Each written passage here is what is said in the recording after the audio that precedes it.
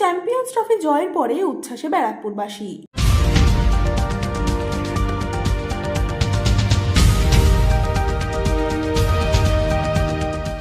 বারো বছর পর চ্যাম্পিয়ন্স ট্রফি জিতল ভারত।